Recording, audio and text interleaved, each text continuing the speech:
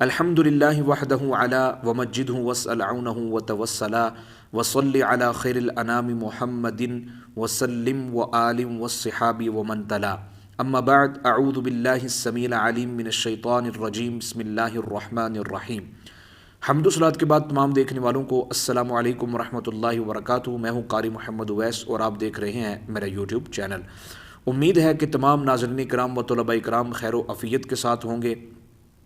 ان تمام احباب کا تہ دل سے میں شکریہ ادا کرتا ہوں جنہوں نے میرے چینل کو سبسکرائب کیا اور میرے ساتھ میرے مشن میں شامل ہوئے۔ دعا کریں کہ اللہ کریم مجھے اپنی منزل میں کامیابی و کامرانی عطا فرمائے، درست تلفظ، ادائیگی تجوید کے ساتھ، عربی لب و لہجہ میں قرأت قرآنیہ کی شناسائی کے ساتھ قرآن پاک سیکھنے اور سکھانے کی توفیق عطا فرمائے، اور اس عظیم کتاب کی بروز قیامت ہمیں شفاعت کاملہ نصیب فرمائے۔ قرأت سبع و عشرہ کورس کا آج ہمارا لیسن نمبر 53 ہے۔ جیسا کہ آپ کو معلوم ہی ہے کہ لیسن نمبر 52 کے اندر آپ نے قواعد امام عیسیٰ قالون رحمۃ اللہ تعالی علیہ اور قواعد امام ورش رحمۃ اللہ تعالی علیہ کو بخوبی جانا۔ تو آج کے سبق میں جو بعض ضروری اصطلاحات تھیں، مثلاً صلہ کسے کہتے ہیں، اختلاس کسے کہتے ہیں، اور افراد اور جمع قراءات کسے کہتے ہیں، اور اسلاف کس پر عمل کیا کرتے تھے، تو ان تمام تر تفصیلات کو حاصل کرنے کے لیے لازمی طور پر سبق کو شروع سے آخر تک سماعت فرمائیں تاکہ کسی بھی قسم کا کوئی سوال آپ کے ذہن میں نہ رہے۔ سبق شروع کرنے سے پہلے اگر آپ میرے چینل پر نیو ہیں تو جلدی سے میرے چینل کو سبسکرائب کر دیں، ساتھ میں دی گئی گھنٹی کے نشان کو بھی دبا دیجئے تاکہ میری ہر نئی ویڈیو کا نوٹیفیکیشن بآسانی آپ تک پہنچ سکے۔ تو آئیے سبق کا آغاز کرتے ہیں۔ محترم واجب القدر ناظرین کرام اور طلباء کرام، سب سے پہلے تو میں آپ سب سے معذرت خواہ ہوں کہ کافی دنوں کے بعد لیکچر جو ہے وہ آپ تک پہنچانے کی کوشش کر رہا ہوں۔ ویسے تو میری کوشش ہوتی ہے کہ جلدی سے جلدی جو ہے وہ لیکچر ریکارڈ کر کے آپ تک پہنچاؤں، آپ کے علم میں اضافہ کروں، کیونکہ طلباء کرام کو اشد ضرورت ہوتی ہے، اور کافی حضرات نے مجھے ریکویسٹ بھی کی ہے کہ جلدی جو ہے وہ لیکچر اپلوڈ کیا کریں۔ تو معذرت خواہ ہوں اس لیے کیونکہ اللہ رب العزت کے فضل و کرم سے سب سے پہلے تو جو ہے وہ میں نے آپ سب کے لیے عمرہ کے دوران بہت ساری دعائیں بھی کی ہیں، اور جب میں عمرہ سے واپسی پہ آیا ہوں تو عمرہ سے واپسی پر جو ہے وہ مجھے سخت بخار ہو گیا، اور بخار ہونے کی وجہ سے کافی طبیعت ناساز ہو گئی، جس کی وجہ سے جو ہے وہ لیکچر کافی دنوں کے بعد جو ہے وہ ریکارڈ کرنا پڑا۔ انشاءاللہ العزیز آئندہ جو لیکچرز میرے ہوں گے وہ میں آپ تک جلدی پہنچانے کی کوشش کروں گا، لیکن میری ریکویسٹ ہے کہ آپ میری صحت کے لیے جو ہے وہ خصوصی دعا کریں۔ سبق کا آغاز کرتے ہیں۔ سب سے پہلے آتا ہے صلہ۔ صلہ کسے کہتے ہیں؟ صلہ کہتے ہیں حرکات کو بڑھا کر پڑھنا، حرکات کو بڑھا کر پڑھنا۔ اب کتنی مقدار بڑھا کر پڑھنا ہے تو اس کا نام ہے اختلاس۔ اختلاس کسے کہتے ہیں؟ کہ زیر کے موقع پر زیر اور زبر کے موقع پر زبر کا 2/3 حصہ پڑھنا۔ 2/3 حصہ پڑھنا مطلب کہ 3 حصہ کر کے 2 حصے پڑھنے کا نام کیا ہے؟ اختلاس۔ مثلا علیہم ہے، غیر المغضوب علیہم، تو اب علیہم پہ اگر آپ صلہ کریں گے تو کتنی مقدار بڑھا کر پڑھیں گے؟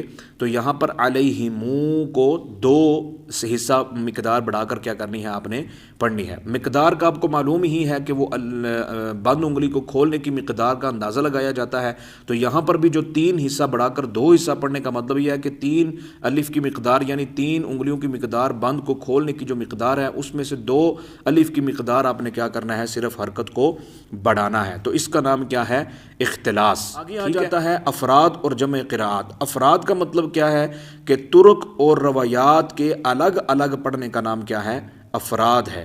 اور جمع قراءات کا مطلب کیا ہے؟ کہ کئی روایتوں اور قراءتوں کو اکٹھا کر کے پڑھنے کا نام کیا ہے؟ جمع قراءات ہے۔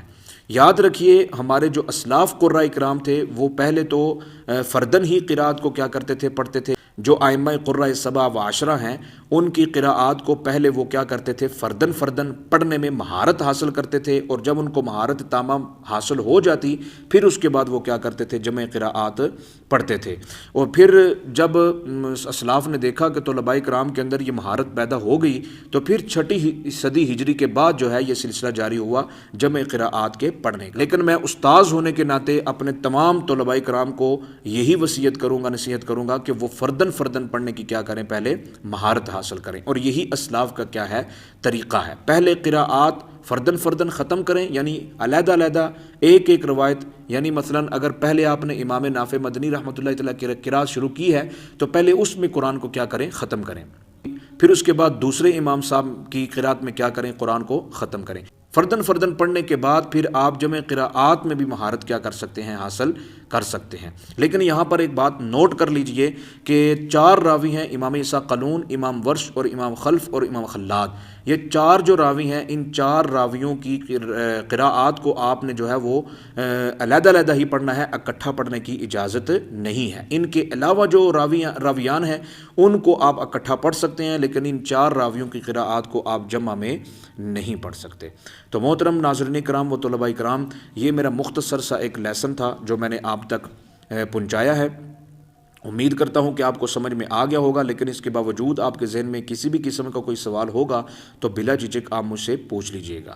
اپنی دعاؤں میں یاد رکھیے گا۔ اگلے لیکچر میں میری اور آپ کی ملاقات ہوگی۔ اللہ حافظ۔ السلام علیکم ورحمۃ اللہ وبرکاتہ۔